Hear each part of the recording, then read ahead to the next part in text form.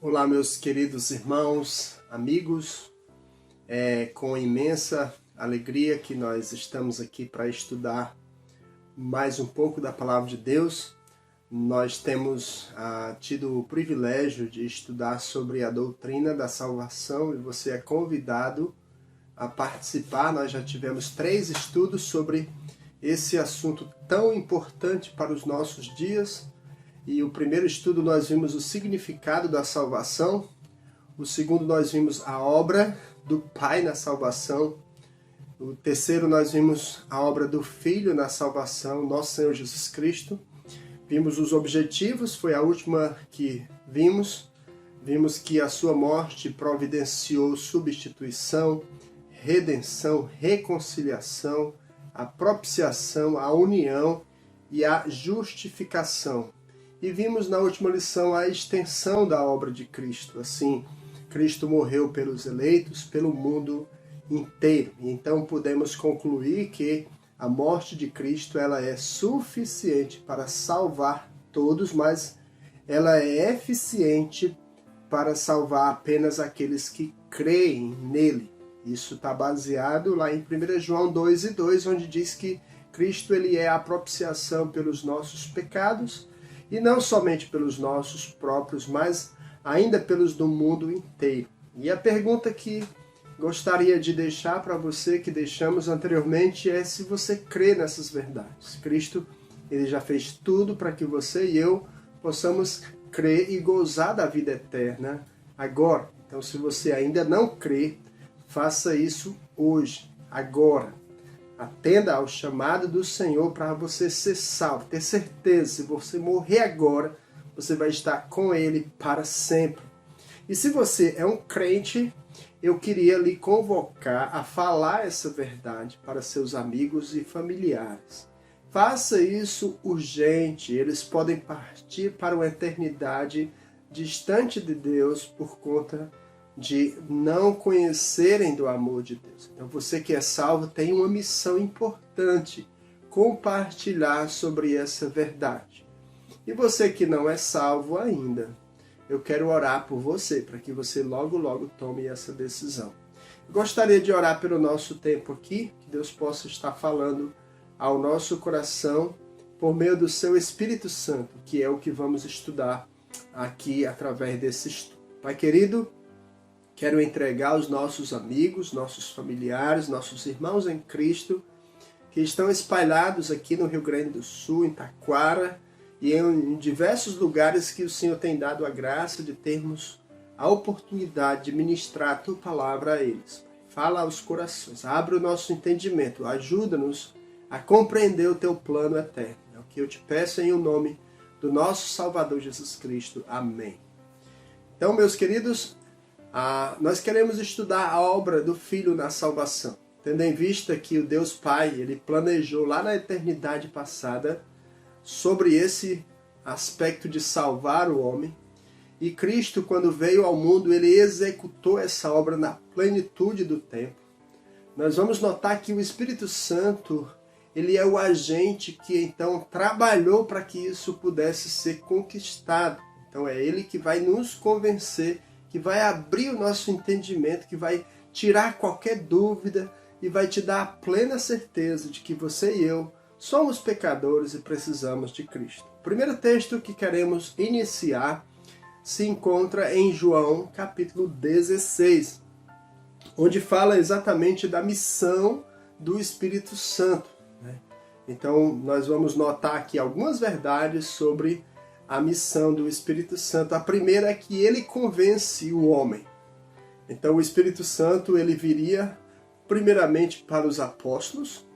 Isso está no verso 7 de João capítulo 16, onde diz: "Mas eu vos digo a verdade, convém-vos que eu vá, porque se eu não for, o Consolador não virá para vós outros.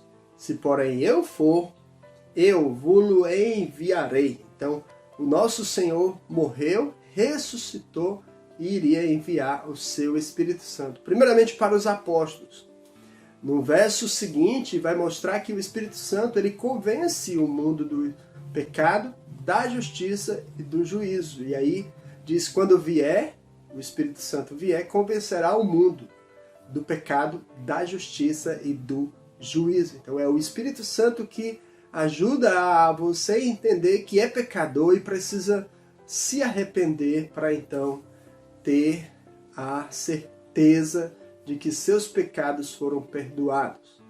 Ele também, o Espírito Santo, ele convence o mundo da incredulidade, do pecado da incredulidade. Quando ele diz do pecado, porque não crê em mim. Verso 9 ele está falando isso. Então, é o Espírito Santo que convence o homem de que ele é pecador e que se ele não crê, ele está perdido, eternamente condenado. No verso 10 ele diz da justiça de Cristo, né? Falando no verso 8 do pecado da justiça, ele diz lá em verso 10, da justiça porque vou para o Pai e não me vereis mais. Então o Pai está lá, o Filho representando aquilo que ele conquistou na cruz. Do juízo determinado, do juízo porque o príncipe deste mundo já está julgado. Então, quando Cristo morreu na cruz, ele determinou a finalidade do nosso inimigo, que é Satanás, que ataca o homem e leva o homem ao pecado. A convicção, portanto, é a obra do Espírito Santo que torna a verdade do Evangelho clara para o não crente, com o propósito de que ele reconheça como verdadeira, quer aceite ou não a Cristo como Salvador pessoal. É o Espírito Santo que vai abrir o entendimento para que o homem entenda que é pecador. E então a gente viu também, além dele convencer, o Espírito Santo ele regenera. Ou seja, o significado de regeneração é ser gerado de novo. Ou seja, Tito 3 e 5 diz, não por obras da justiça praticada por nós, mas segundo a sua misericórdia, ele nos salvou mediante o lavar regenerador e renovador do Espírito Santo. Então, o Espírito Santo é quem regenera, ele é quem executa a obra para purificar os nossos pecados. Por isso que o apóstolo ele diz aqui, não por obras que nós praticamos, né? Mas segundo a sua misericórdia, ele nos salvou mediante esse lavar pelo sangue de Cristo, ele nos renovou. E ele diz aqui no Espírito Santo.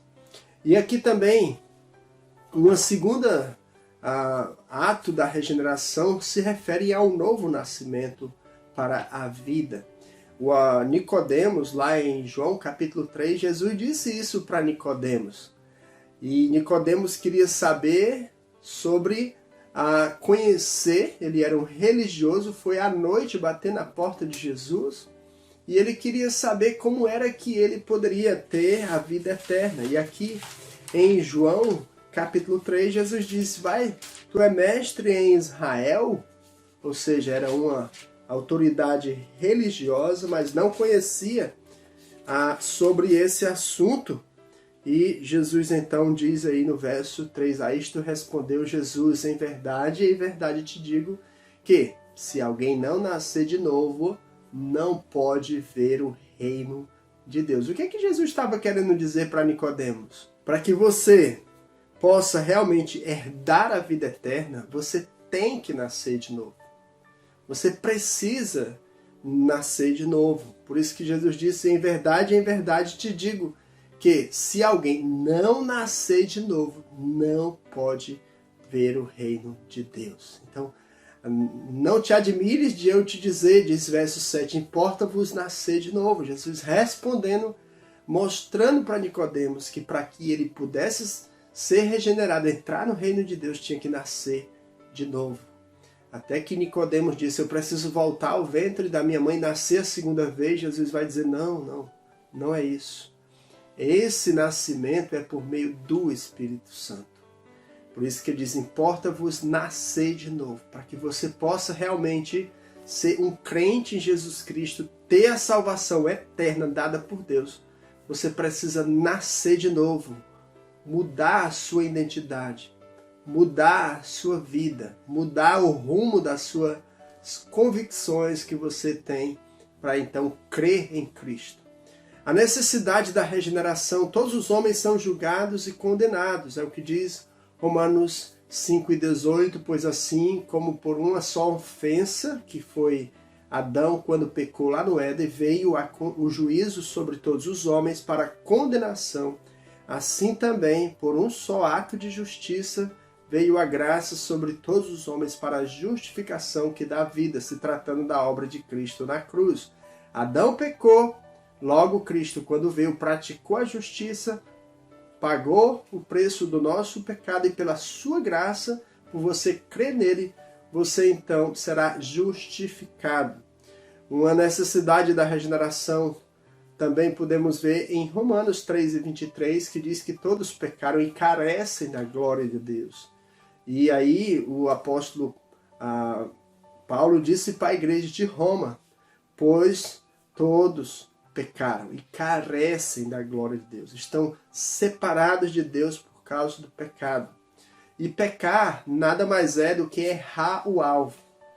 Pecar é deixar de agradar a Deus, é fazer aquilo que Deus realmente fica indignado quando o homem então ofende a ele. Então pecar é errar o alvo, é deixar de agradar a Deus. Então tudo aquilo que nós pensamos, que nós falamos, que nós fazemos, que não agrada a Deus, isso é pecado.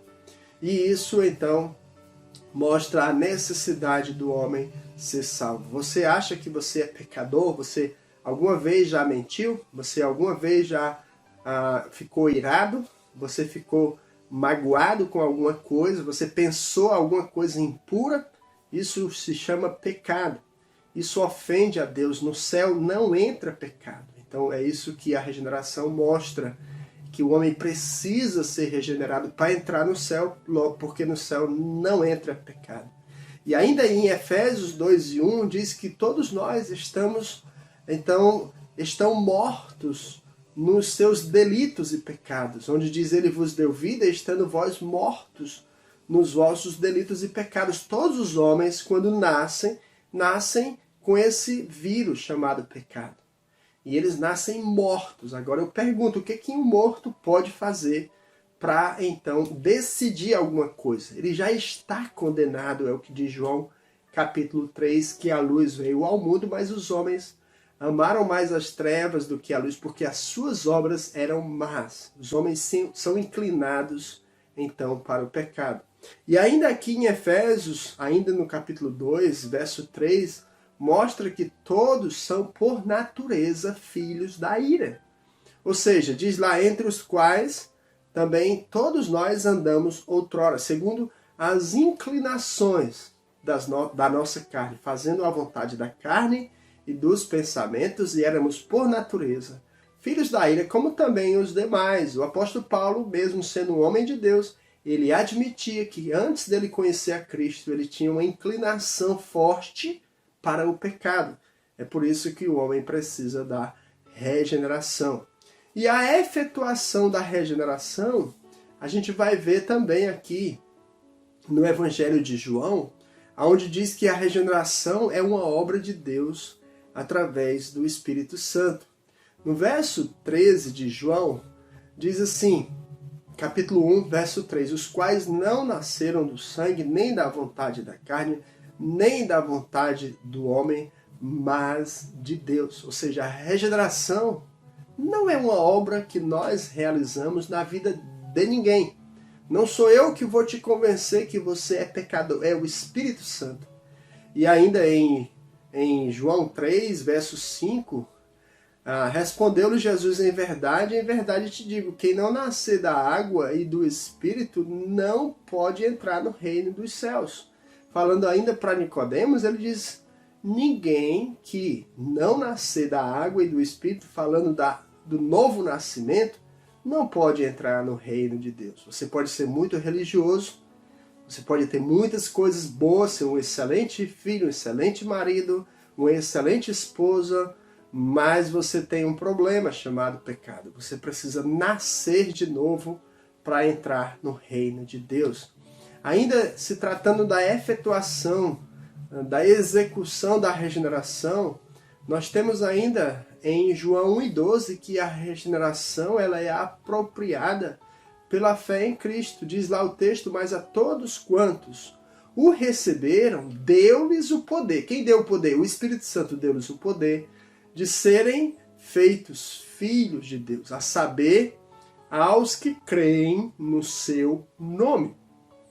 Só será filho de Deus aqueles que o próprio Espírito Santo abriu o entendimento para ele entender e ele foi feito por Deus, filho de Deus. Então, aqueles que creem. Você crê em Jesus Cristo? Se você crê, você é um regenerado, porque o Espírito Santo já entrou na tua vida. A regeneração ela é baseada na obra consumada de Cristo. Isso temos um texto lá em 1 Pedro 1,3, onde o apóstolo Pedro diz para os irmãos lá: bendito o Deus e Pai de nosso Senhor Jesus Cristo, segundo a sua muita misericórdia, nos regenerou para uma viva esperança, mediante a ressurreição de Jesus Cristo dentre os mortos. Então ela é baseada na conquista de Cristo na cruz, né? É baseada na consumação da obra de Cristo ao ressuscitar dentre os mortos e está à destra de Deus.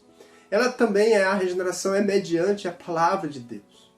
É o que o texto de 1 Pedro 1,23 diz, pois fostes regenerados, não de semente corruptível, mas de incorruptível, mediante a palavra de Deus, a qual vive e é permanente. Se você tem em mãos a palavra de Deus, ela é quem vai te dar o entendimento, ela é quem vai abrir o teu entendimento para que você possa, por meio da palavra, conhecer aquele que realmente regenera. Conhecereis a verdade e a verdade vos libertará. A palavra de Deus é viva e eficaz e mais cortante do que qualquer espada de 2 gumes e penetra ao ponto de dividir alma e espírito, juntas e medulas, e é apta para discernir os pensamentos e propósitos do coração. A palavra de Deus. É nela que você vai encontrar o caminho, o mapa para você chegar lá no céu. Não tem outra maneira, é pela palavra. Deus vai usar a palavra. O apóstolo Paulo disse lá em Romanos capítulo 10, que você precisa ouvir a palavra, ouvir o evangelho. Você precisa compreender o plano de Deus para a tua vida. É através da palavra. Ele diz, como crerão se não há quem pregue? Como pregarão se não forem enviados? Tem que ter o anúncio do evangelho para que você possa crer. Você precisa estudar a palavra, meditar na palavra, para que o Espírito Santo, por meio dessa palavra, trabalhe no teu coração e transforma a sua vida. Ainda falando dos resultados agora da regeneração.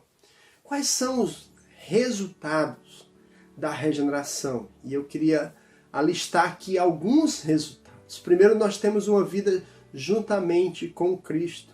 É o que diz o texto de Efésios 2, verso 5, mas Deus, sendo rico em misericórdia, mesmo que o homem está perdido, mesmo que o homem é inimigo de Deus, está morto nos seus delitos e pecados, ele diz lá, mas Deus, sendo rico em misericórdia, por causa do grande amor com que nos amou, e estando nós mortos nos nossos delitos e pecados, nos deu vida juntamente com Cristo. Pela graça sois salvos, ou seja, pela graça de Deus. Esse é o resultado. Nós fomos unidos com Cristo, mesmo sendo pecadores, mas a graça de Deus cobriu o pecado e mudou o destino da tua vida quando você tem Cristo.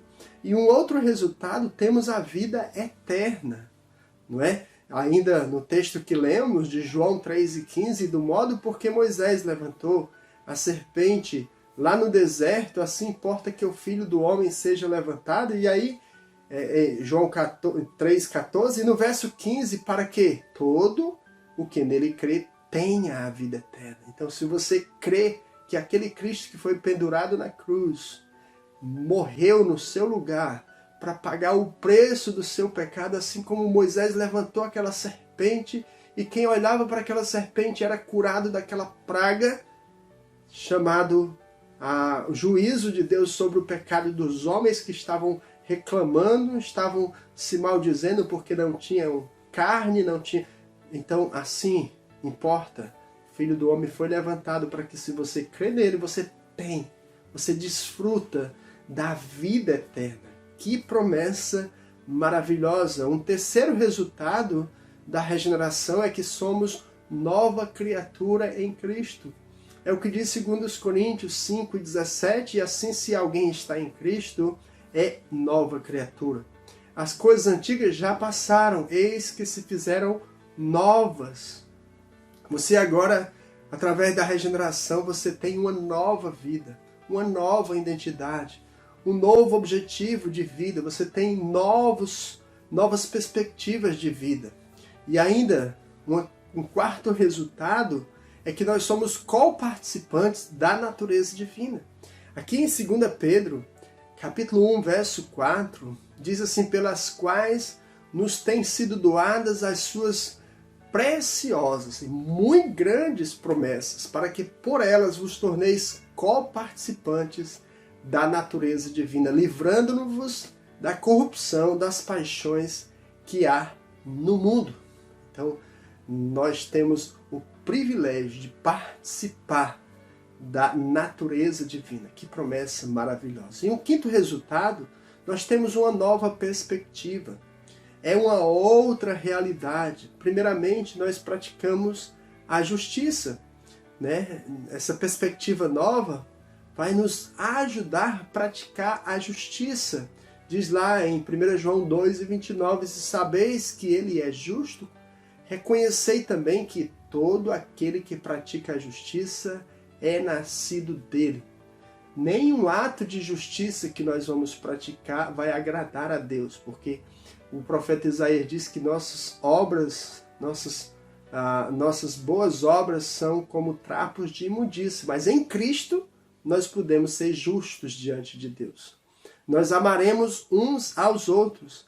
É o que diz 1 João 4,7, amados, amemo-nos uns aos outros, porque o amor procede de Deus, e todo aquele que ama é nascido de Deus e conhece a Deus. O apóstolo João entendia sobre o assunto de amor, e ele diz: como é que você ama alguém, ama a Deus, ama, mas não entende a fonte do amor? Então ele diz que nós amamos porque ele nos amou primeiro. Então, amados, amemo-nos uns aos outros. Se você quer saber, avaliar se você ama a Deus, avalia como é teu relacionamento com o teu próximo, se você ama o teu próximo. Nós venceremos o mundo, né? 1 João ainda, capítulo 5, verso 4, diz: todo aquele que crê que Jesus Cristo é nascido de Deus, todo aquele que crê que Jesus é o Cristo, nascido de Deus, e aquele que ama ao que o gerou, também ama ao que dele é nascido. Nisto conhecemos que amamos os filhos de Deus, quando amamos a Deus e praticamos os seus mandamentos, porque este é o amor de Deus, que guardemos os seus mandamentos. Ora, os seus mandamentos não são penosos. Verso 4, o que diz? Porque todo que é nascido de Deus vence o mundo. E esta é a vitória que vence o mundo, a nossa fé. Então, nós vencemos o mundo, diz o apóstolo João, através da nossa fé. Um sexto resultado da regeneração é que nós recebemos um novo futuro, temos uma viva esperança. Diz lá em 1 Pedro 1,3, bendito Deus e Pai de nosso Senhor Jesus Cristo, que, segundo a sua muita misericórdia, nos regenerou para uma viva esperança, mediante a ressurreição de Jesus Cristo dentre os mortos. Então nós agora em Cristo, através da regeneração, nós temos uma viva esperança.